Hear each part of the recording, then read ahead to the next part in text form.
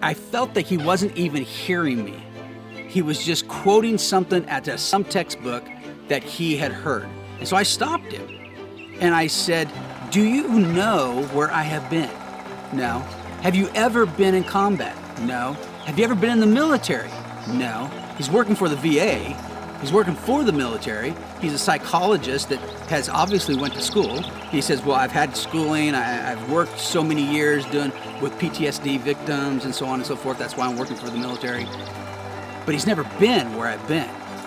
And I told him, I said, "You have no business telling me what I should or should not do. You haven't walked in my shoes. Yeah, I'm sure the book says something. But until you have felt what I'm feeling, until you understand or even comprehend what I'm going through, you have no business telling me what I should or should not do."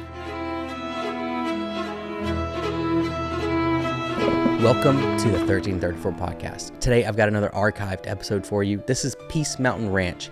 They are in Tennessee, and what they do is they have a full ranch for veterans and families of veterans to come and get away. It's set up as you would imagine for peace. I don't want to go into the founder's story too much. You'll hear it in just a second, but it's a wonderful, wonderful organization doing a lot for the veteran community, and they mean a lot to me, so I really hope that you enjoy this.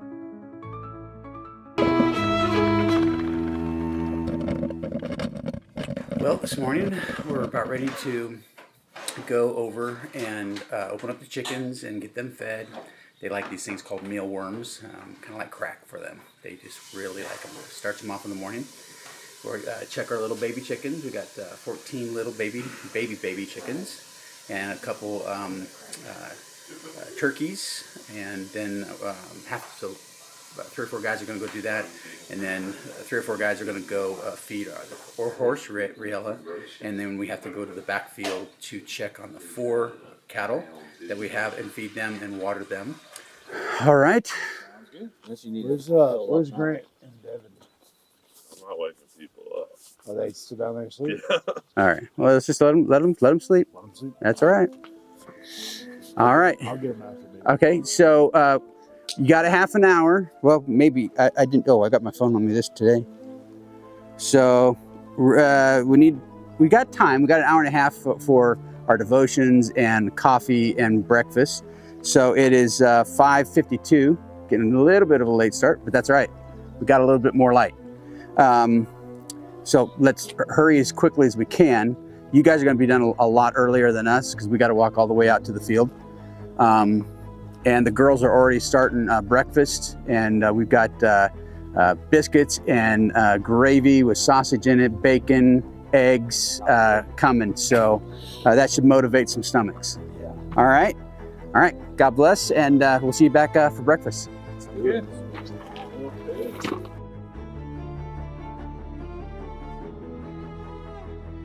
When you have a dream about something, Kim and I, when we were in South Carolina, and God began to show us what we were supposed to do, I envisioned something like this, and it became a drawing on a piece of paper, and then it became kind of a plan. And now you get to this level, and it's like it's almost surreal. Like what happened to what we thought all the way back in South Carolina and Georgia is sitting in front of us, and it's starting to take shape. BJ, come on, buddy. Come on. There you go. Come on.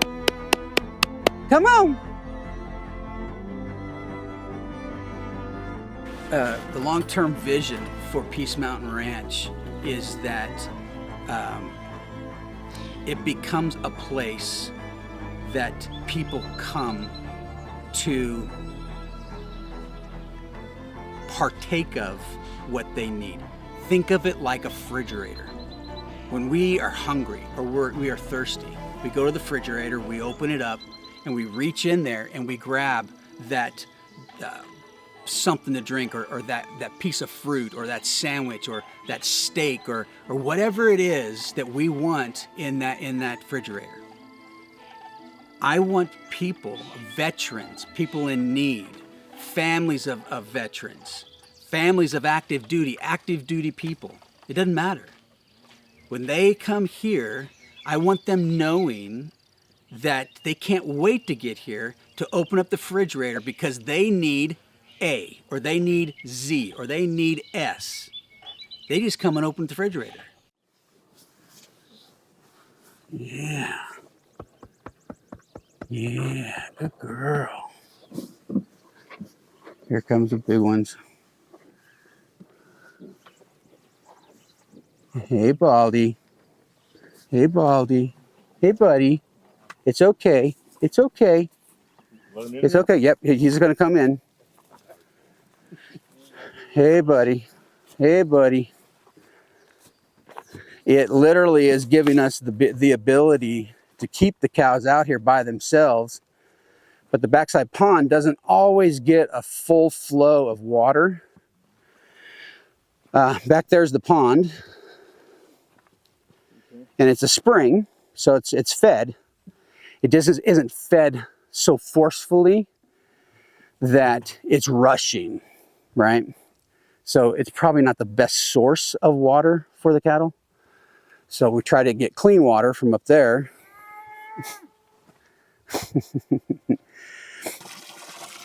Oh, you're on. Good power.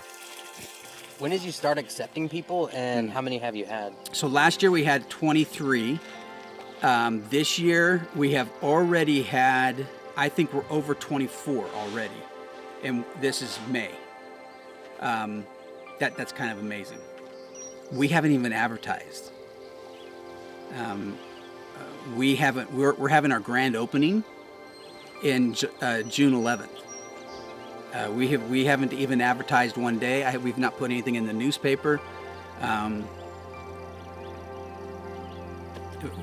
People are just coming out of the woodworks to help and to be a part, and it's been amazing. These are just people that are just contacting, and we've had them from Georgia. Right now, the guys are from Albany, but we've had them from South Carolina, we've had them from North Carolina, Colorado, Oklahoma, Texas. They say that their eyes have been opened to something different, that what they felt here, they were not expecting. They were not expecting what they, when they came here, that they were going to feel. Two, many of them say that when they came here, they were going through something in their life, and that had been lifted, or that had been changed, or they had a different view of it, or they had clarity of being able to go and make decisions in a different way. And that's exactly what Peace Mountain Ranch is about. People that are, I call it the fog, right? It's the fog of life is happening, and they can come here and the fog gets lifted, or the fog dissipates, and all of a sudden they can go, oh, that's what I need to do. If it's their own life, if it's their friend's life, it's about a job, or whatever it's about, that's what they can do. The sun just a little bit higher than this, but not much. Almost peeking over the top of the hill, and then it's gone again. That's the shortest day, and then the longest day in the perspective. Like on it.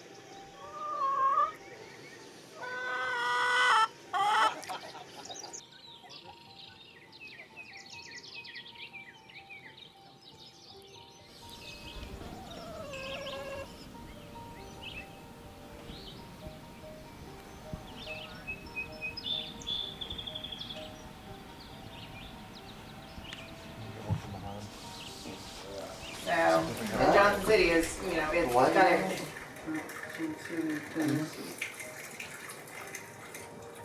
There's the Song of Copperhead Hollow. Well, so I really want people when they come veterans and whomever, when they come, to really feel at home and at peace, and just that they can just relax and they can breathe. I want to create an environment like that, a home, the carriage house, every place that they will come and see and experience. So because I've been to places where you just kind of feel uncomfortable and you just feel like, okay, I'm kind of in the way, I'm kind of being a bother. I don't know if I can really do that or go there. And that's not what I want. And because I want people to feel, comfortable and relaxed and invited and welcomed and warm and all those wonderful adjectives that describe, what people really, really want. And that's comfort and to feel welcomed. Okay, here's Riella's. Remember, Riella likes her treats before she gets her scoop. Who's doing that today? You want to do it? Okay. So when you meet her at the thing, these go first. Who's going to give some hay? All right. There we go. I want you to stop for a second and just listen.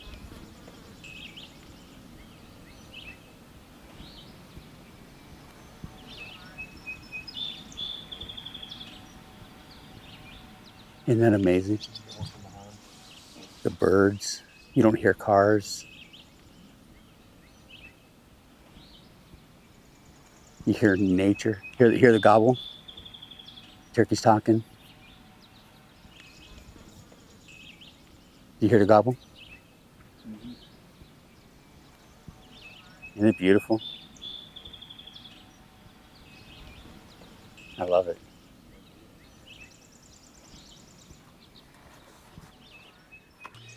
So in 2014, I had a massive collapse. And I had this wonderful counselor that they gave me right away. And I personally feel she saved my life. I was in a very, very dark place. I don't even remember much of a year during that time.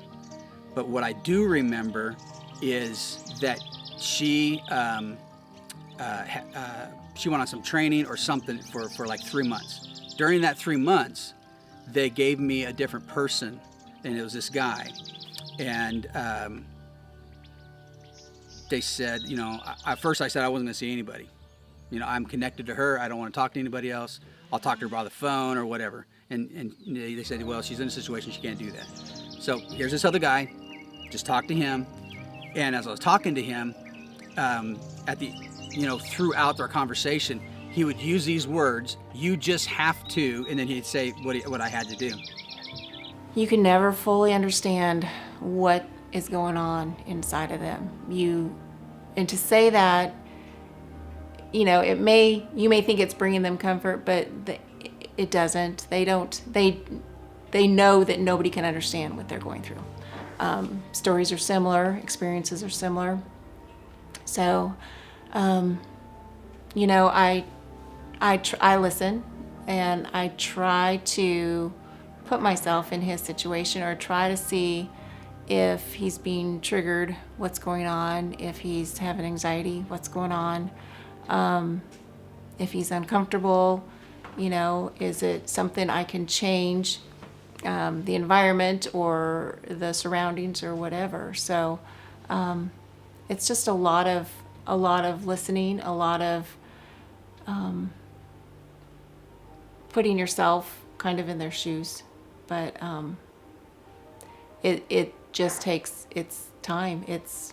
And it may never go away. And it may change a little. Circumstances may change, and your environment may change, and so it may calm down a little bit. But it will always be there in one aspect or another. And it just ground into my heart and my mind, and I just couldn't handle what he was saying. Not because of the suggestions, but that he was telling me what I needed to do. The next time I went there is a couple days later, same thing. By the third time I went to meet with this guy, he said it again, and he didn't. I felt that he wasn't even hearing me. He was just quoting something out of some textbook that he had heard. And so I stopped him, and I said, "Do you know where I have been?" "No." "Have you ever been in combat?" "No." "Have you ever been in the military?" "No." He's working for the VA. He's working for the military. He's a psychologist that has obviously went to school. He says, "Well, I've had schooling. I've worked so many years with PTSD victims and so on and so forth. That's why I'm working for the military." But he's never been where I've been. And I told him, I said, "You have no business telling me what I should or should not do. You haven't walked in my shoes. Yeah, I'm sure the book says something. But until you have felt what I'm feeling, until you understand or even comprehend what I'm going through, you have no business telling me what I should or should not do. You walk with me. Let me experience and work through what I need to work through, but you don't tell me what I'm going to do or what I should do or shouldn't do. Give me assignments, fine. Give me something I should work through, okay. But tell me that I should stop something, or I should stop doing this, or I should stop doing that. That's not your job. You haven't been where I've been. My brother, who bled with me and walked through the same mud with me, we can talk to each other like that because we've experienced the same stuff. But you haven't been with me. You haven't even experienced what I've experienced." And I walked out because I was so angry inside that someone who hasn't even been there had the audacity to tell me what I should or shouldn't do. And I never went back to the guy.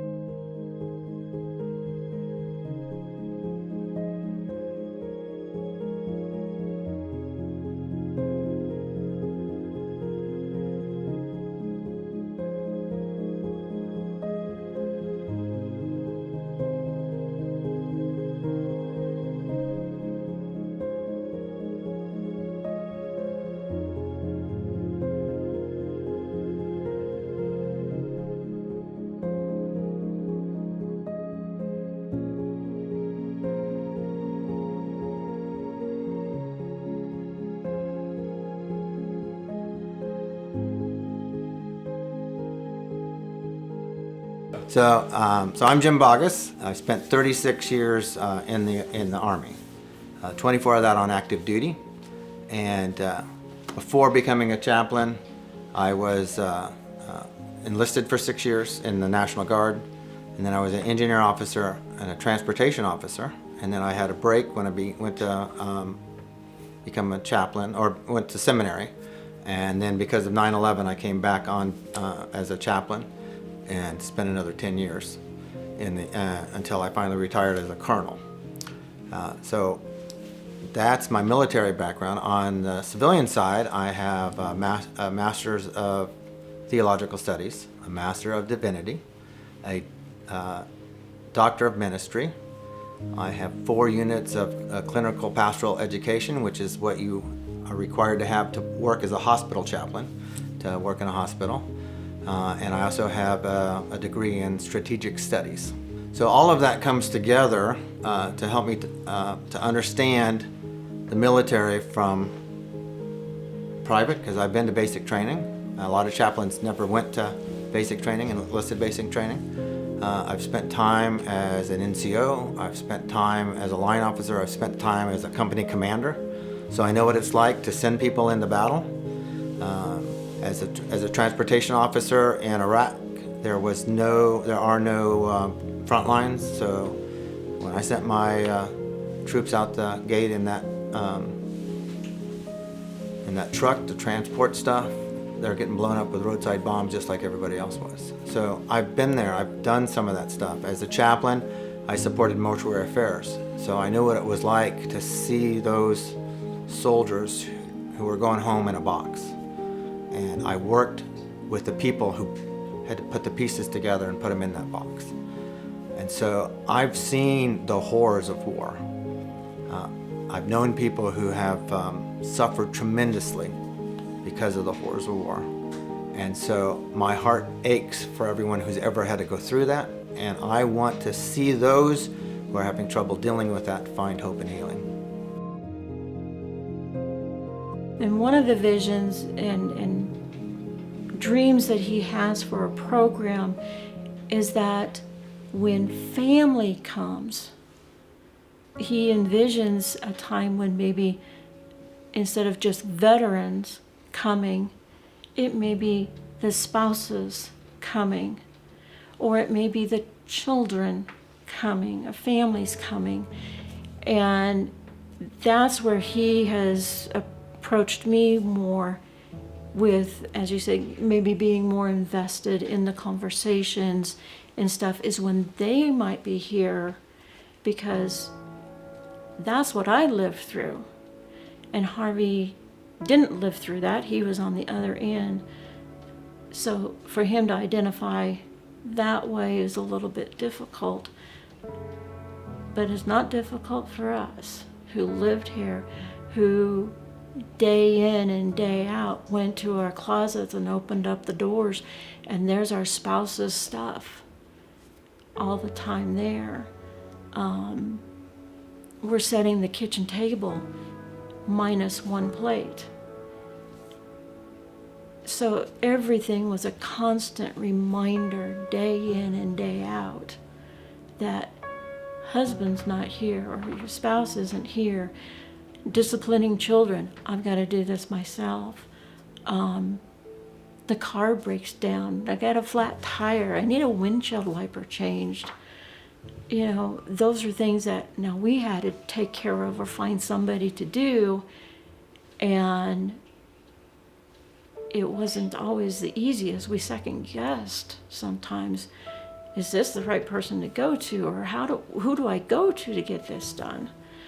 And so that was the stress that we were experiencing on the home front, besides having it on the news or in public speech or, you know, public places. You overhear conversations of, oh, did you just hear that this and this was attacked, or this, and it's like, you don't know where your spouse is. They may be there, because I wasn't told. He didn't call home every day and say, oh honey, by the way, I'm going here. I just didn't get phone calls for a couple of days. And then after he would get back and he goes, so yes, I was down in this war zone. And I was like, well, thank you for not letting me know, because at least I can just imagine you're safe tucked in your tent, and not driving in a convoy looking down and seeing a bomb right beside the door. That if you would have opened up the door and stepped out, you would have lost your life.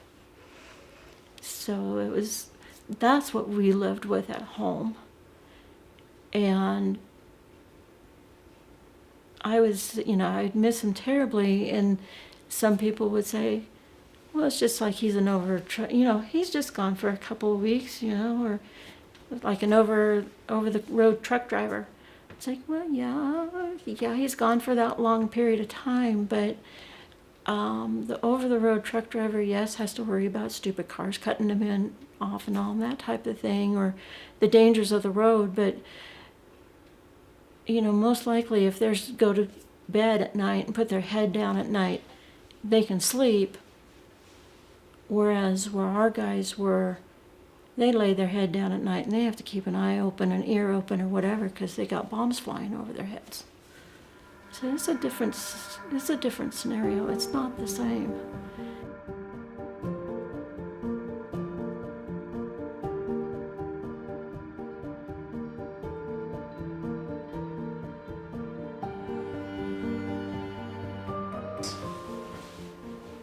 We understand that people can get to the point where they can feel hopeless, but they should never feel helpless. There should always be someone who can come alongside of them. Unfortunately, suicide is a big problem in the veteran community. They had that battle buddy, they had that person with them that was able to share hope with them, help them get back. But now that they're out, sometimes because they don't feel like they fit into society, having trouble adjusting, they often will gravitate to rural areas like this and kind of be off by themselves. And they need a place where they can find help so they can have their hope restored. And so I think that's probably the most important thing I'd like to see happen here, is that ability to reach those veterans and give them a place where they can come and have their hope restored and find the help they need so that they can start that healing process and have a purpose again. We've seen that a lot of veterans that spent 20 or 30 years in the military, their whole identity was wrapped up in who they were in the military, and then they kind of lose that identity when they get out. And if they can't find a new purpose, that can be very devastating. So we want to help them find that hope, find that healing, and get that new purpose in life. And so whatever we need to do here to get the word out, whatever facilities we need so they have a place to stay, that's what I want to see Peace Mountain Ranch grow into. So the property would look like this. The ultimate down the road dream. We have enough horses here that we can do some horse therapy with the individuals who need horse type of connection. We have cattle. The cattle are going to be here every year. There's going to be 4 to 5 head of cattle every year. We will have them growing here, and that is going to be the food that will be provided yearly and around the clock. Right behind me, there will be a 104 foot by 24 feet by 2 stories tall with a balcony that literally walks right behind me over the top of the building, overlooking the arena that is right behind me, so that they can watch the roping or the riding or a couple of the rodeo type event. So we're talking about team roping and calf roping that'll be going on down in the future. So people can come and sit out on the balcony, or they can go down into the 4 ADA rooms. Downstairs will be 5 stalls, horse stalls, a commercial kitchen, and a commercial dining for the veterans and families that come. And then way back in the trees that's back there, there's going to be a log chapel and a kind of a connecting garden, a prayer garden, a meditation type of garden, just to be able to go and sit and reflect. That's back in the trees. Also back in the trees is going to be an archery course. Archery is an amazing thing that you have to be in body, soul, mind, and spirit for you to actually hit something. You got to calm yourself. You can't have high anxiety and shoot a bow because you're all over the place. You're shaking. You got to calm yourself to release that bow to hit something. Now, if it's 10 feet in front of you, you can hit it. But if it's 20 and 30 and 40 feet away, yards away, it becomes very difficult to do that if you're not calming yourself. So archer's a great thing to calm people down. Horses are great. Because we have our next door neighbor, Benny, and the lamb beside him and the lamb back behind us, his name's Bob. Benny and Bob are on the board. They are allowing us to use their property for trail rides. The horses will be here for therapy. The horses will be here for trail rides. All of this sets up an opportunity for people to glean and gain every need that they need.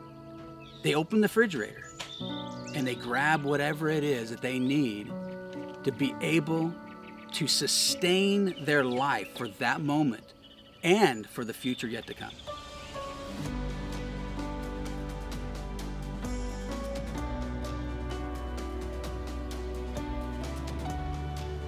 I close my eyes and all the things that race in my head just go away for that just a moment.